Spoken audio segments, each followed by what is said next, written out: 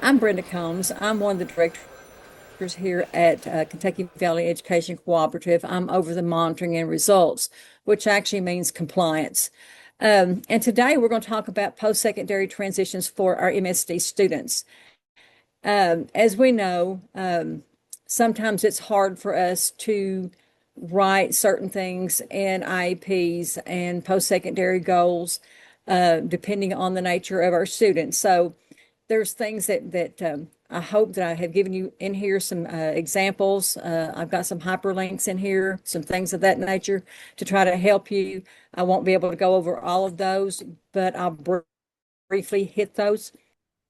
In order for us to go over the post-secondary transition pieces, we have to talk about the present levels and a few other pieces that's in our IEP. So we all know that for students that are 16, that we have to have a IEP that's in effect. And when we're talking about that, we're making sure that we are looking at post-secondary goals and transition services that go along with those post-secondary goals. We also have to have the purpose of the meeting as being the post-secondary goals and the transition services. And then, of course, we won't go into this, but if there's going to be an agency involved, you have to make sure that you have that outside agency consent prior to sending a notice home. So in the note, there are some districts that actually starts before 16. So, it's up to the ARC to determine when it's appropriate for that student.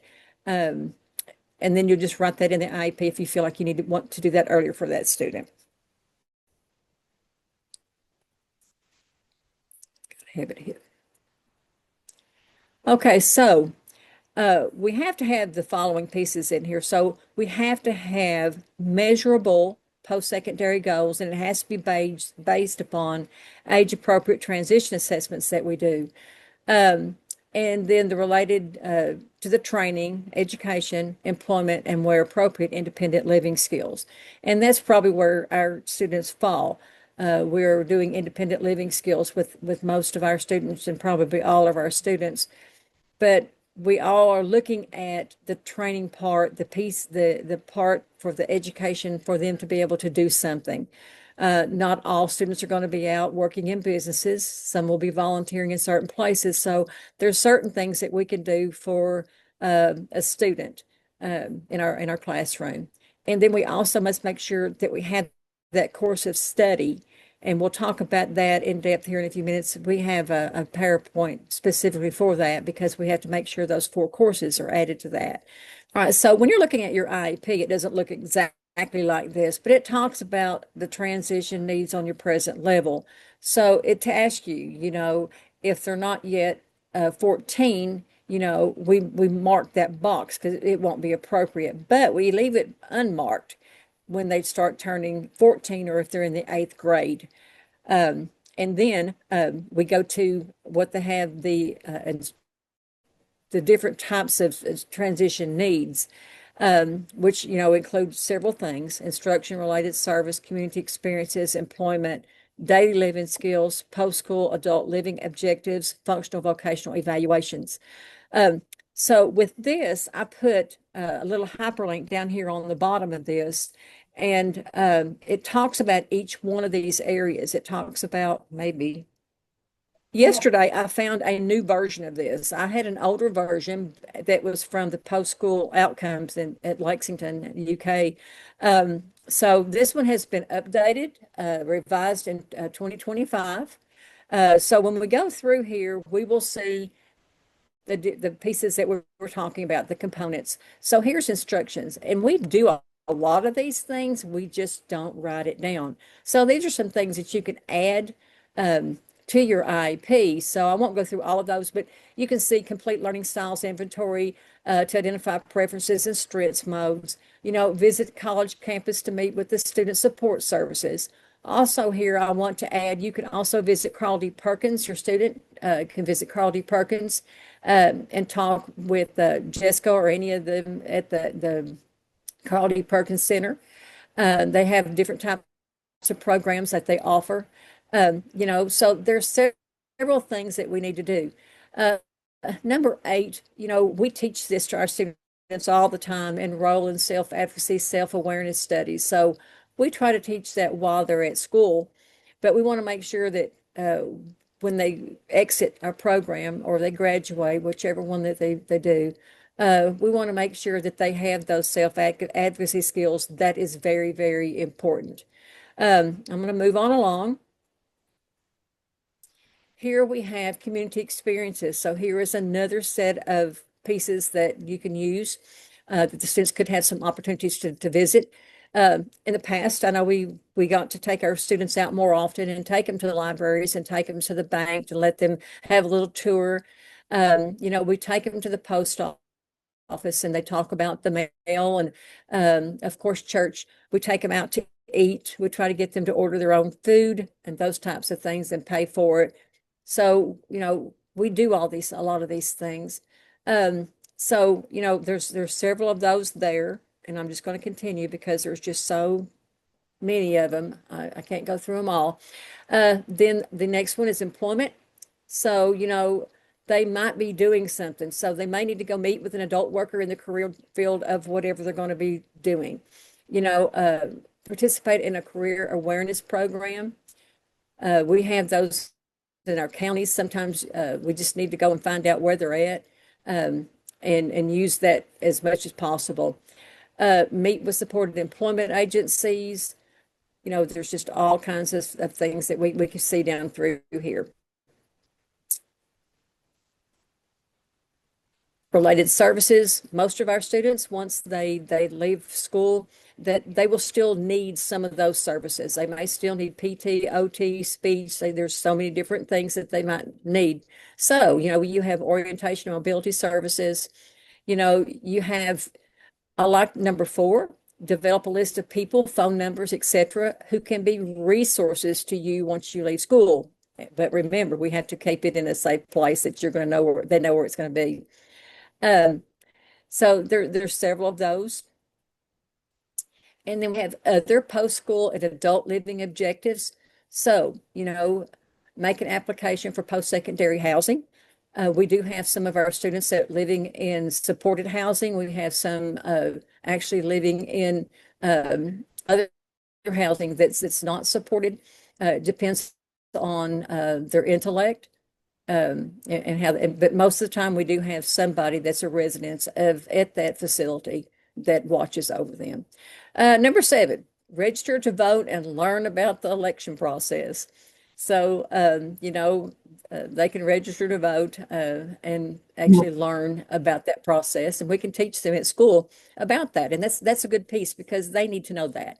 They need to feel like they're important, that they are just like everybody else and they can vote. However, if they're under a guardianship, then that kind of puts a flaw in it that they don't get to vote. So we need to watch that. Most of us aren't as fortunate to have a YMCA, but a lot of us do have some type of a gym in our county or our community that they can go to. So that might be something that they would like to do as they exit. Acquisition of daily living skills. So here I kind of like this, and later on I'm going to talk about the 6 colleges and universities that offer classes for our students with intellectual disabilities. So sometimes they will teach them different types of things. It's according to their what they teach in that specific school, and I have a hyperlink that goes to each of those schools here in there as well. So one of the things that we need to let them know that there are places in our community that they can go, like to your extension office. They have a person that goes in there and they'll teach them how to cook. They'll teach them how to sew. They'll teach them how to do so many different types of things. So, that might be a good thing that they might need to learn to cook. So I thought about that would be a really good one. Manage daily time schedule. We have a hard time. I have a hard time with that myself. But anyway, we need to teach these students about time management. And that way, when they actually get away from us and we're no longer around, they can do that on their own. So there's several of those things. Then you have the functional vocational assessment. And of course, that's just a shorter list, and that would be obvious that it would be, but, complete some functional vocational evaluations and complete, an aptitude survey, interest survey. Then number 6, we need to remember this, complete a nonverbal picture career interest inventory. So for some of our students that are nonverbal, we need to make sure that they can do that as well. And by using that nonverbal picture career interest inventory. The next thing we need to talk about is our transition assessments, because they also play a part in your post-secondary goals. So over here, and then of course right up here at the top, these two right here, they go together. It's talking about the transition assessments. Okay, so, we have student interviews, student surveys, student portfolios, vocational assessments, interest inventories, parent interviews, career awareness, career aptitude, ILPs, and others. So there's other things that we can do besides these as well. But whatever we do, we need to have evidence of. So you need to put it in a folder so the next person that or the state, or if Denny Paul and I come in to do an Indicator 13 review, we want to see those interviews or whatever surveys, anything that you've got in there pertaining to that. On the IEP, it actually has, do you have a multi-course study that's included, written right in the IEP, or do you have one that's uploaded and attached? So you have to mark the correct box. And then it asks you that question. This transition survey needs focus on the child's course of study, and are they addressed in the present levels? And that we should mark it yes. It should be yes. If it's no, then we need to go back to our present levels and we have to fix it. So we need to make sure that it is a yes either way. Some of the assessments that we have some formal assessments and we have some informal assessments. So some of the formal assessments are such things as your achievement test, your intellectual functioning, adaptive behavior, and you can get all that off of your report, a psychological report. Work temperament, related temperament scales, career inventories, personal preference measures, pre-vocational employability scales, self-determination scales. And then informal ones is, when we're looking at that, we're also talking to not only the student, but sometimes the teacher and the parent to get their view on the student. You have situational assessments when they're going out and working, interest inventory, grades, transcripts, related services, assistive technology evaluations, transition planning inventories, and interest and work value inventories. Now, that is just a small list. There is a humongous list, and we could not include them all. It would just be too big. So when we're thinking about our student and we're wanting to find out certain things about them, we kind of ask questions. What does the student want in life now and in the future? What are the student's talents and interests? What are their preferences? What are the student's abilities? What barriers might the student face for this post-secondary pathway? And remember, we need to be transparent with our students. Sometimes they may want to say they want to be a veterinarian, or they want to be something that their intellect cannot be. When we do that, we can't just come out and say, you can't do that. You're not smart enough. Well, that's not very nice. We don't want to talk like that. We want to say, why would you want to be a veterinarian? And they may say they love animals. They want to wear a lab coat. They'll probably say white coat. That's what my students say. They want to wear a white coat, but it's a lab coat. Different things. And then you come up with things like, well, what about being a veterinarian tech or something of that nature, where you can bathe the dogs and feed the dogs and take them out to walk, those types of things. And then they'll say, oh, yeah. Sometimes they don't understand what all's out there. So we have to try to help them to understand what's there that they can do. We don't want them to feel like that they can't do something. We just need to try to adjust what they're thinking. And then how can we address those barriers so that we can support them so they can be successful?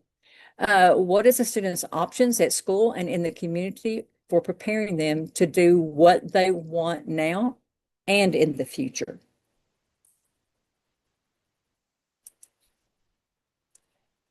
So post-secondary transition goals, they have to be age appropriate means that the measure reflects the student's chronological age rather than their developmental age. And then we're looking at measurable means countable or quantifiable. Measurable post-secondary transition goal is one that allows stakeholders to conclusively determine a student's progress toward meeting that goal and when the student has attained or reached that goal. And sometimes it takes a little while to reach the goal, so we have to be patient. The student's post-secondary transition goal must be outcome-oriented and focused upon what the student will achieve or will do after exiting school. The student's course of study must connect with or relate to the student's statement of transition services and their post-secondary transition goals.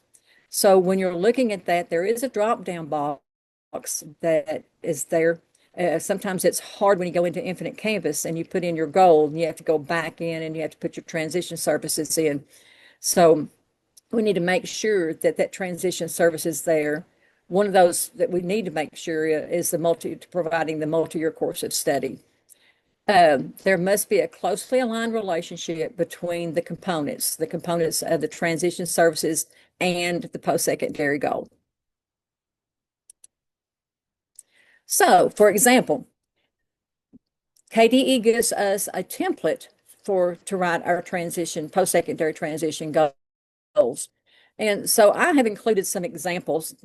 You can have your own examples, but, after high school, Brandon's goal is to attend Carl D. Perkins to attend classes to receive a certificate in forklift operation, to become a forklift operator at the local Walmart. So this is your education and training employment goal. We have included both of those goals. He's going to be getting trained at Carl D. Perkins, and he is going to become a forklift operator. It's going to be his employment. An example, after high school, Brandon's goal is to set the alarm clock to awake in the morning and prepare for work. This is going to be his independent goal. Another one, after high school, Doug's goal is to receive on-the-job training to become a volunteer at his church to be able to vacuum and remove the garbage in all the classrooms. Another example, after high school, Doug's goal is to ride the LKLP's van to transport him to his church with assistance.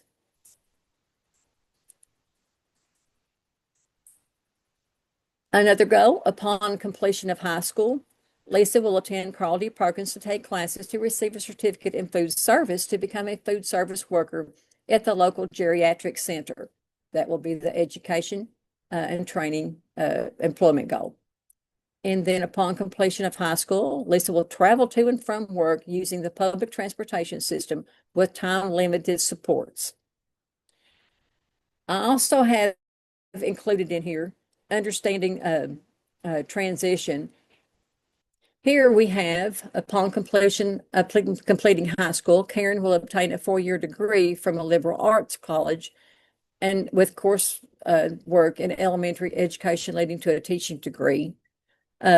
These are a little bit, I think, above our students. Upon completion of high school, Jason will attend Central Piedmont County College and participate in the welding industry certificate program, meeting the requirements to attain a level entry welding certificate.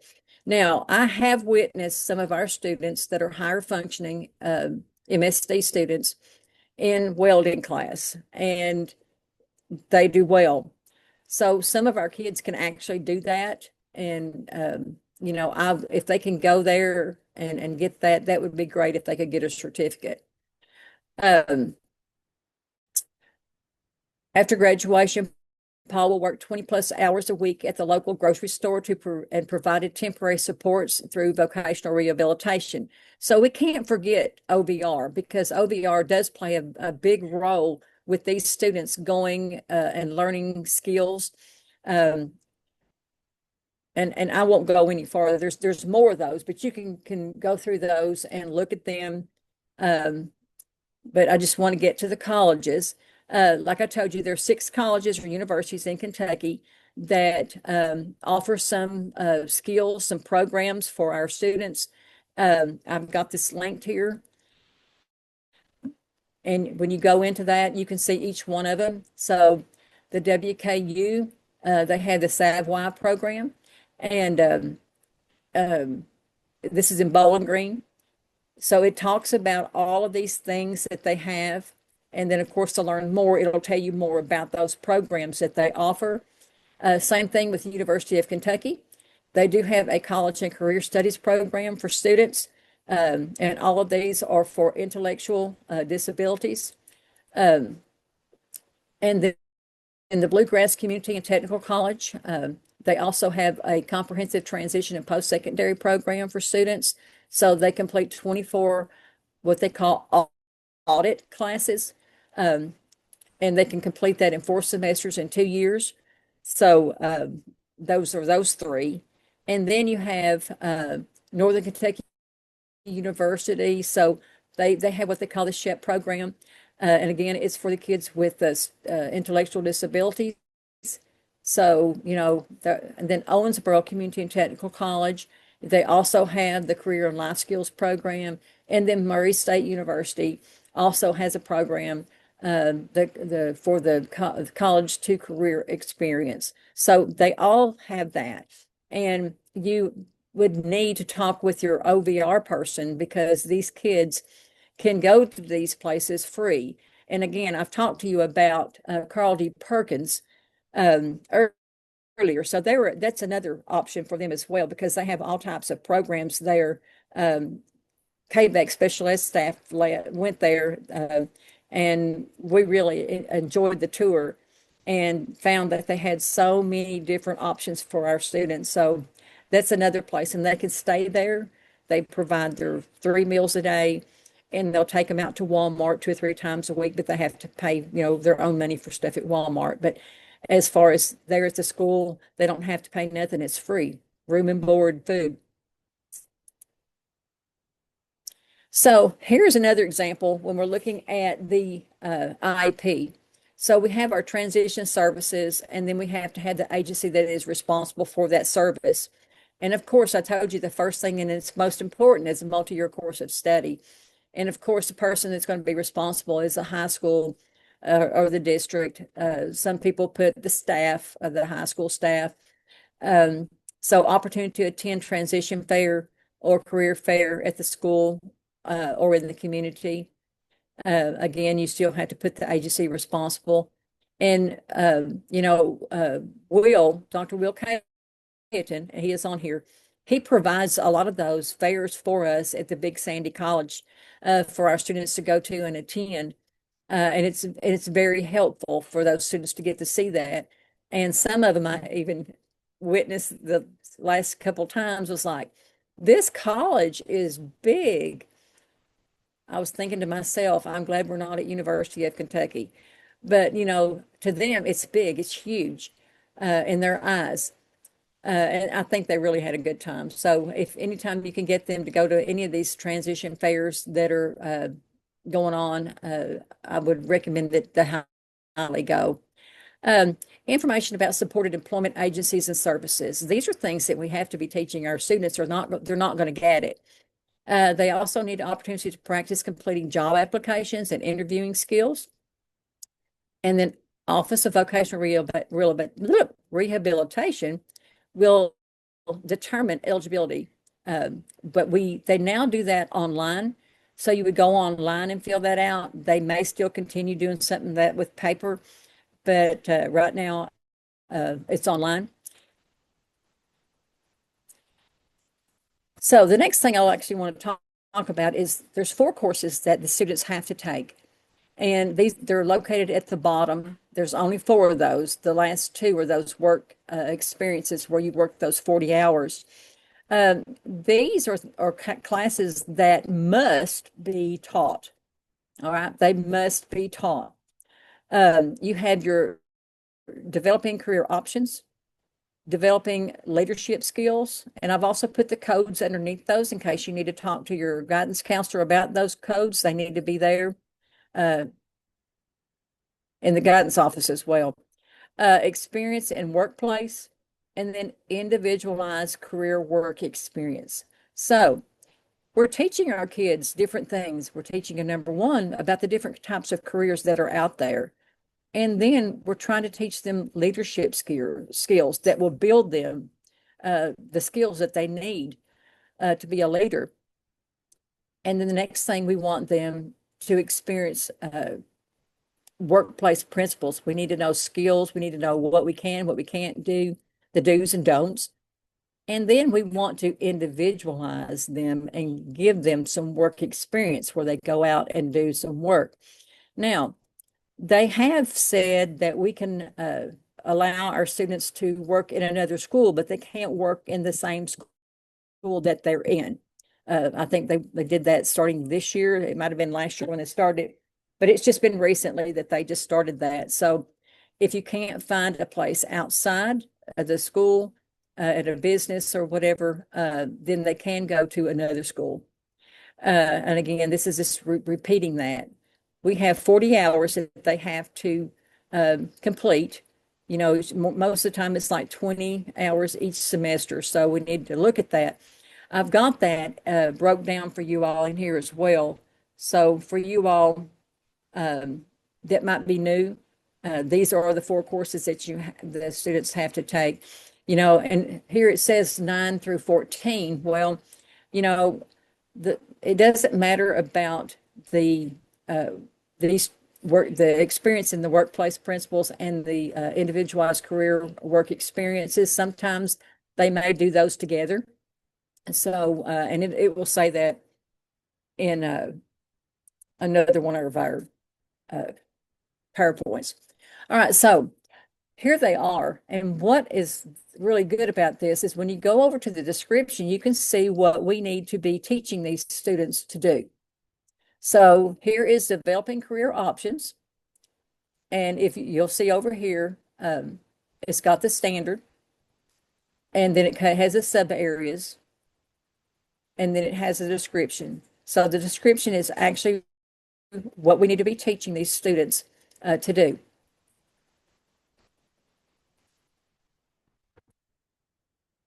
So on the developing leadership skills, again, here's your standard, there's your sub areas that we teach, and then the description of what we're teaching is over here in this column.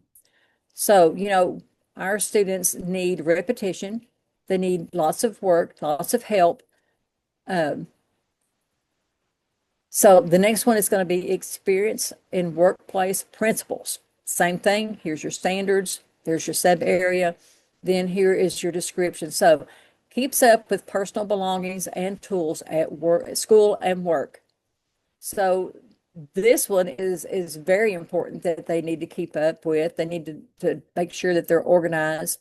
And when we're talking about attendance at school, we're saying, you know, once you exit or graduate, then when you start to do some type of work, you need to be punctual. So you need to be punctual at school. So arrive on time and maintain punctuality at school and work. Maintain good attendance at school and work. Follow the rules at the work site. So there's things that we have to go over with these students that are rules, so we don't get anybody hurt. And then respect the opinions of other people at the workplace. So we need to teach that because we don't want them fussing and fuming. We want them to be nice and appropriate. Demonstrates the use of good manners. So as you see, we're trying to teach them what, if they go out to work, what an employee expects out of them. So those are some skills for that. And then, of course, the individualized career work experience. All right, here we go. We're out here and we're doing some work, and we're taking some data. We have to take data on all of this kind of stuff. So it meets work standards for the amount of work to complete and how well it is done. Now, we know some of our students are not as quick as others. So we can't base them, comparing them to other kids. We're basing that on their relative strengths and stuff. So we don't want to compare them with other kids. Some kids might be able to do something a little bit quicker. ask questions and seek guidance at the work site. So, we try to teach them at school that if they have a question, to make sure that they ask the teacher or one of the instructional assistants. And that's what we want them to do when they get out on the work site. So get information from the supervisors, recognizes and uses symbols, signs, and maps when traveling to and from a job. Uses equipment and supplies safely as directed by teacher, supervisor, or other adult. We need to make sure, and one thing I was talking to you about was the welding. We need to make sure that we teach them those safety skills so that they don't get hurt or hurt others. And they wouldn't do it on purpose, but that could happen, and we wouldn't want that to happen to our students. We want to teach them all the safety skills that we can. So what I did was I actually took some of the hyperlinks and some of our PowerPoints, and I put them in here for you all if you all just wanted to go on there and look at that. The one site, the very first one, that is the 25-26 Kentucky Alternate Assessment Program. It's the Career Work Experience Certification Administration Guide. So that would be something that you would want to look at. It's got a lot of hyperlinks in there. It talks about a lot of things like your ESAR, your all your alternate assessment pieces. There's 4 of those. And that's another thing that you need to talk about in your present levels on your transition needs. You're looking at that, some of those things we start in 9th grade, and some of them we don't even do till 11th, 12th, and grade 14. But like your TAR, you do that when they're in the 11th grade, and if they don't benchmark, I think it's 37 is the benchmark, and a 60 is the highest you can get. But if they don't benchmark, then they can take it in the 12th grade, and if they don't benchmark, they can take it in the 14th grade. But grade 14, if they have a graduation code, they can no longer take the TAR. So that's one thing we have to remember. You cannot take the TAR if you've already got a graduation code when you're in there. So I hope that you all have enjoyed this. I have enjoyed going over it. I tried to go over it pretty quickly because I thought we might have some questions that you may have. And I'm open for all the questions that we have. So do we have any questions about post-secondary transition goals and transition services? I was really amazed. We only had 4 colleges at one time, then we had 2 more to come on. But I am amazed at some of these colleges that are taking our students with intellectual disabilities and teaching those skills, skill programs with those. It's something that I never thought would happen, but I was hoping it would. And I know you've gone out in some of the schools and you've tried to get some things started with other disabilities in colleges. But I'm just proud of them, and I'm proud that they're starting that, and maybe it will happen maybe closer to home.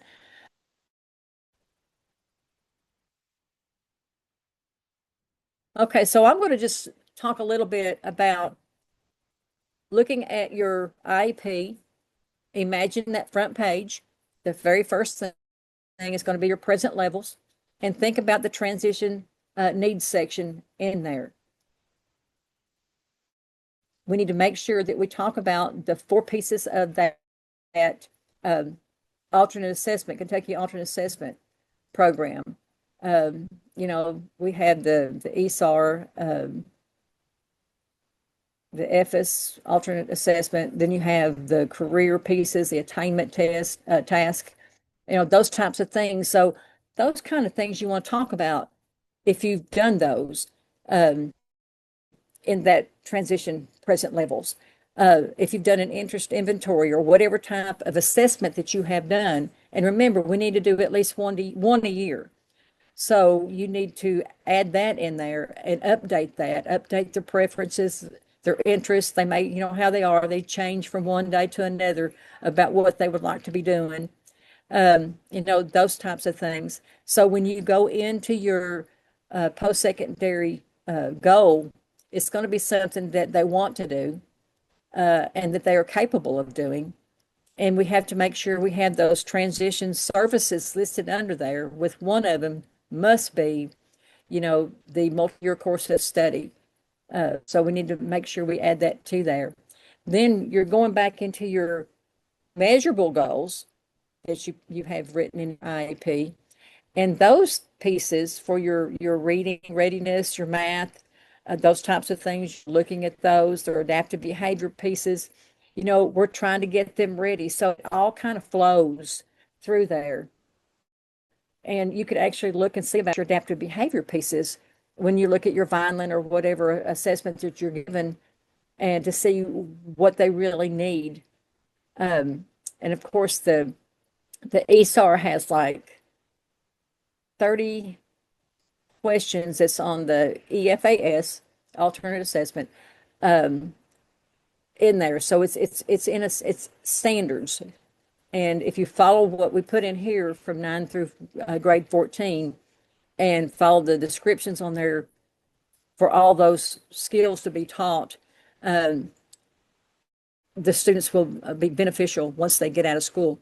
And not only we need to start this at age 16, this should be started a long time ago for these types of students. These should have been started probably at the 6th grade level, because it takes those students a little bit longer to learn and to understand. So, if we could start it at a younger level, I'm not saying right post-secondary goals at the 6th grade. Some of ours do. We do have a district that does that. But I'm not saying you have to do that, but we need to start those skills that or even earlier. So I am finished talking about all of these things, but if you don't have any questions,